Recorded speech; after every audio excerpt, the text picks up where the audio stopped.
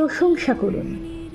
জীবন সঙ্গী হোক কিংবা সন্তান, প্রাণ খুলে প্রশংসা করুন। বন্ধু বা আত্মীয়দের সামনে তাদের মন খুলে প্রশংসা করুন।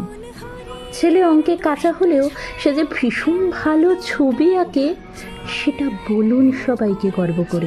স্বামী দাড়ি কেটে এলেও তাকে যে কি ভীষণ মিষ্টি দেখতে লাগছে তা বলুন স্বামীকে।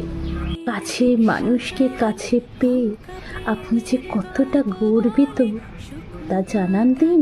অভিমানী দূরত্বে জং ধরে যাওয়া সম্পর্কগুলোকে জল দিন, প্রাণ দিন।